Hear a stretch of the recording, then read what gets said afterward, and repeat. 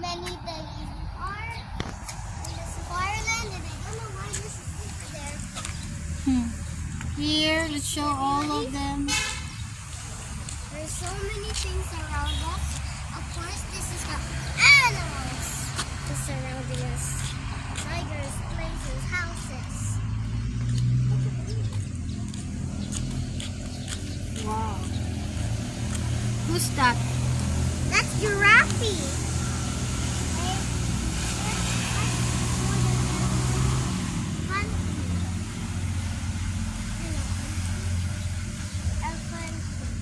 Elefante?